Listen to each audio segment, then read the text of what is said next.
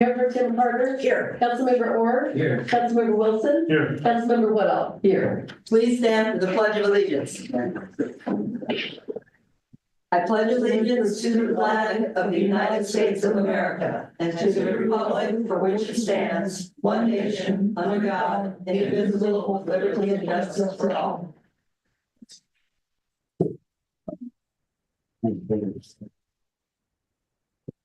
Public presentations. This is the time for persons who wish to address the council on any matter not on this agenda and over which the council has jurisdiction. As such, a dialogue with the council or staff is not allowed under the Ralph M. Brown Act. Items requiring council actions not listed on this agenda may be placed on the next regular agenda for consideration if the council directs, unless a finding is made by at least 2/3 of the council that the item came up after the agenda was posted and is of an urgency nature requiring immediate action. Please limit comments to a maximum of 3 minutes. You're on. Welcome. Good morning. I live on Painter, 940 Curtis here in Rio Dell off Painter. First, I'd like to thank everybody who showed up to the barber shop. It was a wonderful day, and I liked your speech. And the Rio Dell Scotia, they're having I went blank here. They're having a St. Patty's Day at the Scotia Lodge. I'd like to invite all of you to come. It's going to be, there's going to be food, fire mission, and entertainment. And I'd like to go celebrate the Scotia Lodge. It's a very historical place. And I think it'd be a lot of fun. So I invite anybody who'd like to come. And it's from 6 to 8. Not too early, not too late. Thank you. Thank you. Good. Yeah. That's all. Would you like to say anything? Okay, are there any hands raised? Any emails? Yes. I guess not. Okay, then we will close a public presentation. Is there any item council wants to remove from the consent calendar? No. Anything? Any problems? Any hands raised? Any emails? No. Okay, is there a motion to approve the consent calendar? So moved. Have a motion, is there a second? Second. Have a motion, is a second? Motion carries 5-0. City manager staff updates, page 13 in our packets. City manager. Thank you, Mayor Dorrance and members of the council. So I do have an update on the Redwood Region RISE grant that the city made application for an agricultural processing facility. That grant unfortunately was not awarded to the city, but we'll continue looking at some other options related to potential funding for that project. Doesn't necessarily mean that there would not be an agricultural processing facility here in Rio Dell, just wouldn't, the study wouldn't be led by the city. In other news, the CAL FIRE has released its local area of responsibility fire hazards severity mapping for Rio Dell and the region. And we're continuing to review this document. There is a link on the website that you will see that, you know, using some really broad measurements and analysis, certain sections in the town are in the mid-range for fire hazard severity, which is a little bit surprising, but we'll be taking a look at that and commenting appropriately to CAL FIRE on their mapping process. Certainly would encourage the council to take a look at that. And I believe that on that website has some additional information will play into a role in terms of in home insurance and that sort of thing down the road. And then also the mayor and the city manager will also be meeting with Senator McGuire tomorrow and representatives of CAL FIRE related to the top property. So I don't have any other updates for the council at this time, but happy to answer any questions you may have. Thank you, city manager. Mayor Pro Tem. No questions. I know Travis isn't here, but I want to thank him anyway because I've bothered him a lot over the last 2 weeks, and he's, as usual, been very helpful. Page 17, I'm looking at the animal control report. There were 0 dogs transported to Miranda's, which is very good. There were 2 cats transported, which is unfortunate, but that is only because the clinic was already closed and I could not convince the man to hold on to them for 3 days in a dog kennel. We went around and around, but still looking good on the animal control front. And so thank you to city staff, to law enforcement, to everybody. And that's it for me. Thank you. Thank you. Councilmember Woodall? No, just basically what Amanda said, you're all doing a great job and I sure appreciate it. Thank you. Councilmember Orr? And Councilmember Wilson? I have nothing on the board. Okay, And city manager's report. thank you. And thank you, staff. You all make us look really good, all of you, and we appreciate that. Now we'll move on to ordinances and special resolutions. Item 1, 2025/0304. .04, adopt resolution number 1629-2025, approving expanding underground district number 2 and authorize the city manager to execute Rule 20A general conditions with PG&E, page 18 in our packets. Sure. Thank you, Mayor Garn, members of the council. So, Allison Talbot with Pacific Gas and Electric contacted us recently and set up a meeting to discuss what's called Rule 20A funding, which is a project that involves utilities under the regulation of the California Public Utilities Commission to do undergrounding of utilities. And so, based on the regulation, there are, funding, funds available or credits available for undergrounding projects, of which the city has approximately $500,000 of these credits towards undergrounding projects. And one of the reasons that PG&E wanted to contact us, and we appreciate them doing so, was to let us know that the funding was at risk of being kind of scooped up and reappropriated to other jurisdictions. And so part of the complication with these older Rule 20A agreements was that some of the boundaries set up originally weren't of the appropriate size and scope for the program. And so in conversing with PG&E about the subject, they agreed or pointed out that we actually had a pretty competitive program with some minor amendments, extension of the undergrounding area to an appropriate length and scope. And so the resolution attached basically helps to preserve this potential project. And the funds coming into the city of Rio Dell. It would be basically undergrounding of both power and telephone communications on the northern quarter of Wildwood Avenue south of City Hall. So Wildwood Avenue is largely cable free with the exception of the Christmas annual decorations. However, this section did not get done in the last undergrounding project, which was many, many years ago. And so there are some remaining sections to be done. And this would be, again, basically from Berkeley Street and the city parking lot up to Side Street and Triangle Park, just south of City Hall. And if this project materializes, that would make Wildwood Avenue basically completely above ground utility free. And so again, under the advice of PG&E, they felt that this project was actually very competitive for the program under CPUC. So again,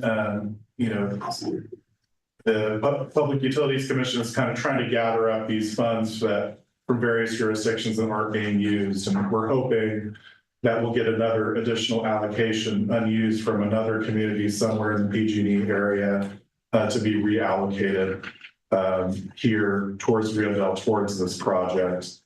And again, the map for the area is on page 27 of your packet. And basically the resolution just accomplishes the goal of getting us towards project realization. And then I believe Community Development Director Caldwell had a handout because there was a slight amendment that was required from the resolution. I believe that's being handed out right now for the council. Through the mayor, if I may, the supplemental information you're getting is the resolution. The information is the same, the format is just a little different. PG&E suggested we change the format just barely. So that supplemental information before you, again, with the same language, it's in a slightly modified format. Thank you. Exactly. Yeah, and that's, it's relatively straightforward. Okay. I just didn't know if you were finished. Okay. There's just, if you have any discussion from the council, we'd love to hear it, and then open it up, obviously, to public comment. And then we're recommending the adoption of the resolution. Thank you. Councilmember Wilson? I don't see anything holding it up.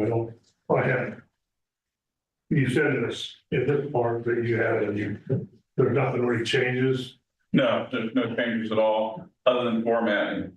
Formatting. Yeah, I think it was on the second page where it said to wit, there were 5 bullet points. Now there's only 1, and those other 4 bullet points have been changed to whereases. So then we have to get more money. We still have to come up with some more, by way of PG&E, some more money in order to pull this off. Or... Most likely, we had a meeting with the other utility providers, which was AT&T and Optimum. And it was discussed that it's actually about $1,000 a linear foot to place this underground. So what we're doing is we're trying to keep our application alive and hopefully have some additional funds reallocated from other jurisdictions that'll bridge that gap. So our hope is someday to have enough funds where it won't cost the city anything. You don't know how much additional money it would cost to do this? I don't, because as you probably know, construction prices increase anywhere from 3 to 5% a year. So it really depends on when we get additional funds. But I'm guessing off the top of my head, it's about 800 feet. Total from Side Street down to Ash Street or Berkeley roughly. And so you're looking at $1,000, but you're looking at $800,000. And we have 500 of that. Yes. Okay, so. And we're not obligated to do this if the city doesn't want to do it. It's just we're keeping it alive. I get it. We're trying to keep it on the wall, or otherwise somebody takes ours and Exactly. does that. Sounds good. Thank you. Councilmember Orr? It mentioned in section 5, it says property owners are responsible for undergrounding their services. How many property owners are even in there? There's 34. Actually, there's language in there too that actually says that the city is going to put the bill for that. Should that come? And what happens is PG&E actually runs the power, the utilities up to right underneath their existing service panel. Almost what they call a temp can. And then from there is up to the property owner. In this case, it would be the city, to run that extra 3 feet up into the panel. That was it. Thank you, Councilmember Woodall. Just one thing, in the public notice, I like the adoption of resolution and boundary maps will allow the city to retain the active status for the purpose of using PG&E 208 funds. But this part, no fees will be levied to any property owner as a result of establishing the district. I just think that's a good thing for the people to know up there. Yeah, and we didn't, again, I think we sent out 34, maybe 35 public notices to those affected properties. And we haven't gotten comments from anybody. Okay. Thank you. Mayor Pro Tem? No questions. I think all these lines should be underground eventually. So yeah, let's do it. By me. Thank you. Is there anyone, member of the public who would want to comment on this? No. Hand raised?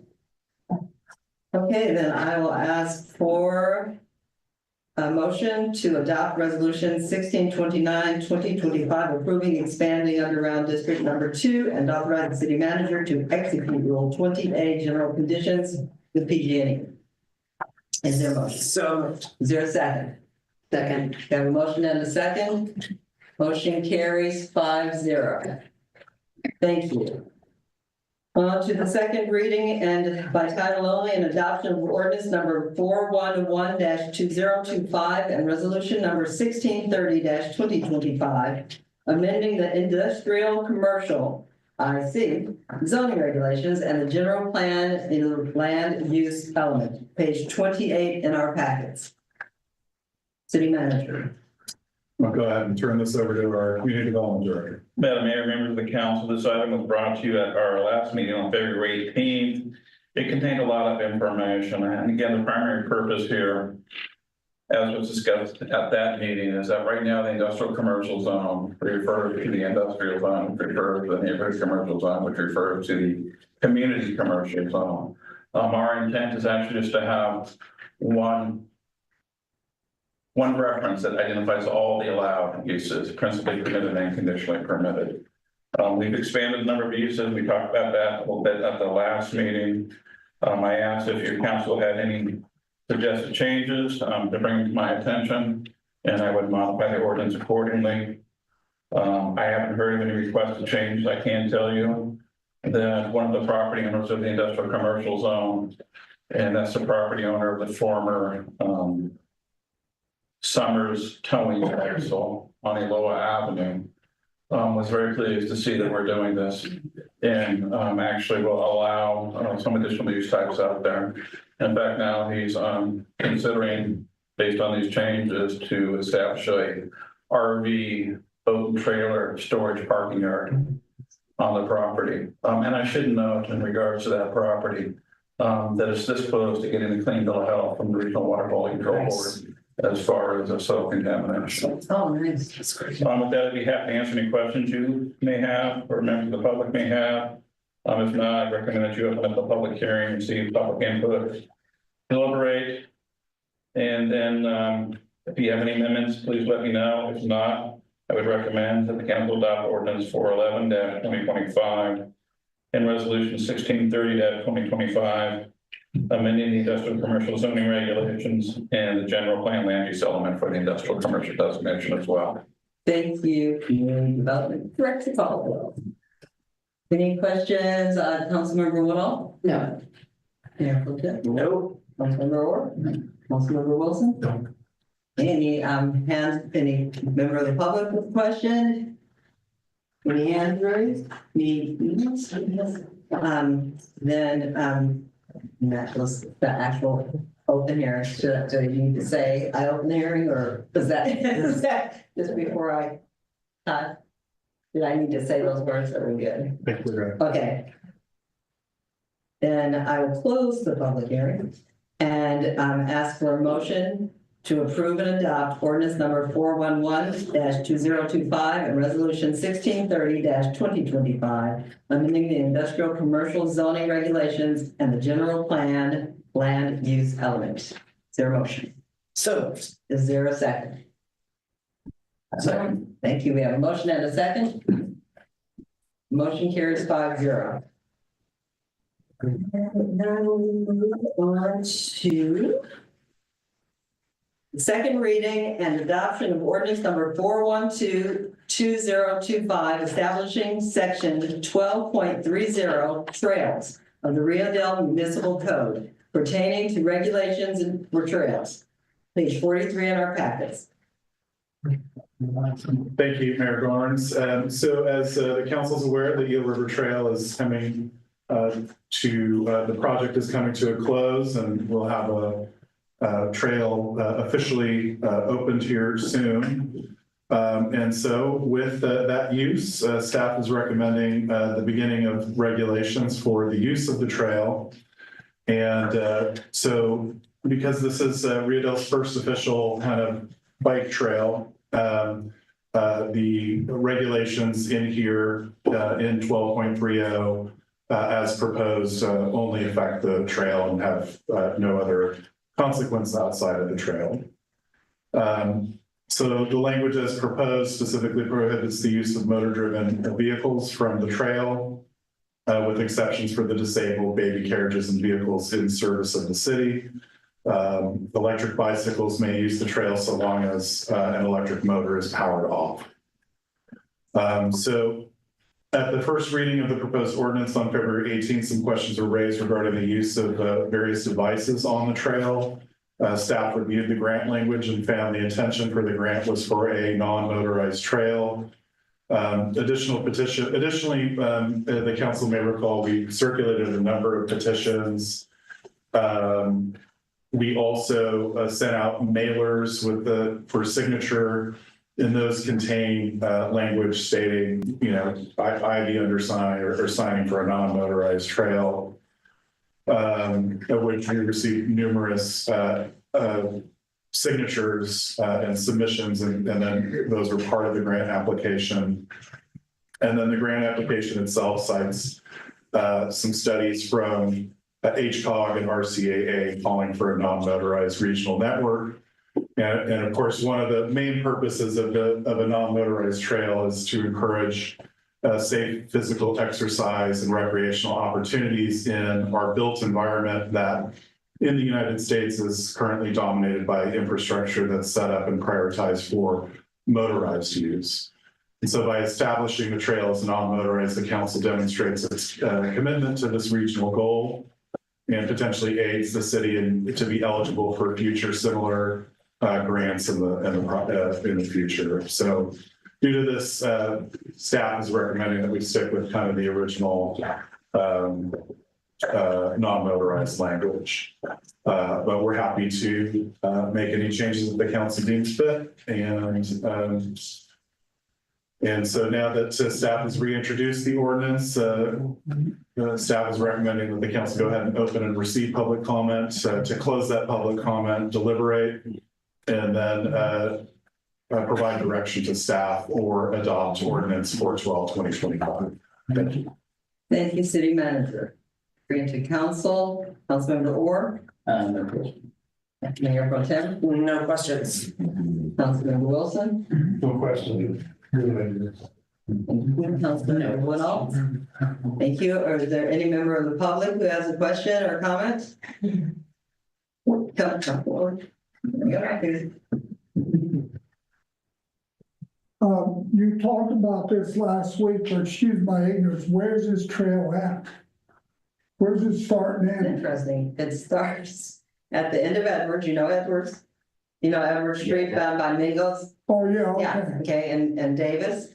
yeah. It starts at Edwards or ends at Edwards, depends on where you're starting yourself. What's going From goes down from like Davis to Edwards, or Edwards to Davis. by way of the Kinda river does down there? By way of the Oh, that's river. cool. Okay, And it's a lovely trail. I think hopefully the vegetation will grow up and it will start looking even, well, I walk all the time, so I'm gonna try that. yeah, Thank you. it's very nice. And so, are there any emails or hands raised? Hey, then, oh, absolutely. Does this affect traffic down to the river bar at all? No, no. So, yeah, the trail would be considered to start just adjacent to the, you know, where the road goes down.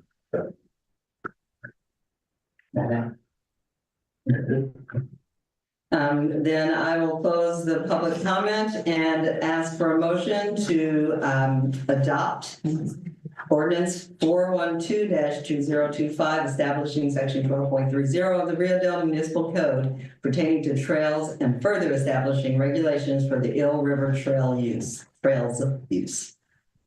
So moved. Is there a second? Second. Motion and a second. Motion carries 5-0.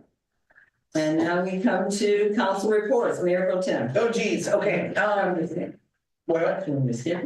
No, Okay. I got a bunch of papers. Okay, there you go. Let's see, I went to a REDA meeting. We heard from, North America's Building Trades Union, basically highlighting the importance of hiring local contractors for projects, which I think the city of Rio Dell is actually pretty good about, so it's made me feel good. I have been, against my will, appointed to the executive committee for RETEC. I don't know what that means, but I will find out next month, so there's that. We had a COAD board meeting, which is Community Organizations Active in Disaster. It's been kind of hit and miss as Nick is in and out of health problems, but he is back and going strong now. So what we're doing there is nailing down working groups. We've got a tribal working group, an animal welfare, communication, long-term recovery. Really looking at solidifying COAD and our ability to respond to disasters locally, because disaster response is already hard enough and it is probably going to get much harder in the coming days, especially in California. So we're just really looking for ways that we can safeguard our local community and respond to disasters in the most effective way possible. The barbershop is very cute and the people are very nice, and I will definitely be getting my hair cut there, and I hope that everybody else will too. There's manicures too, don't forget, and I believe pedicures. It's a cute little spot, and you can't beat walking distance. So highly encourage everybody to check that out. There is a Chamber of Commerce meeting this Friday at noon in the Town of Scotia offices, just right across from the Scotia Lodge there. And I'll reiterate, the Chamber is having a party mixer fundraiser St. Patrick's Day celebration where there will be food and Irish music, I believe, and it sounds like a good time. March 17th from 6 to 8 p.m. I believe their entry fee is $5 a person, so it's not too bad, and you know, something fun to do. Beautification and walkability meeting is also this Friday at 3 p.m. And lastly, next weekend I'm going down to Willits for a Cal Cities Redwood Region meeting there. And that's it. Thank you. Councilmember Orr, I have nothing. Councilmember Woodall. Nothing, I just wanted to say about the barber shop opening was really nice and they feel. Words gone. But anyway, it's a good fit for the city. We needed that business. It'll work well. And I hope you and Kyle have a productive meeting tomorrow. We'll all keep our fingers crossed. And I went to the pinning at the firemen's open, and that was really nice. They did a nice job, and all those men deserved everything, and it was just nice. And that's about all for me. Thank you, Councilmember Wilson. I had a RCEA meeting last week, and they're still doing their RCEA thing. They're building the budget, their reserves in order to. One of the goals is to try to get to a place where that reserve is built to the target number, and then at that point, the hope is to try to be able to lower a percent to, but that's still, the energy industry is a very volatile. It swings from one report to the next, and by millions, by how much this market is. No, that's all I have. Thank you. And I already said what I'm doing, and I'm not really sure. Are you my HTA person? Huh? Are you the HTA? Oh, yeah, this week. It's tomorrow morning. But you don't have to go. I told Greg that I would be there, and it didn't even occur to me that. There was early in the morning. Okay, it didn't even occur to me Okay. that the alternate thing. So yeah, I don't think anything huge happened. So anyway, so is there a motion to adjourn? So moved. We have a motion, seconded, and adjourned until March 18th at 6 o'clock. Oh, and I just wanted to say hi to my lovely dearest friend, Nancy Kurtz. All right, that's good. Love you, Nancy. Meeting adjourned.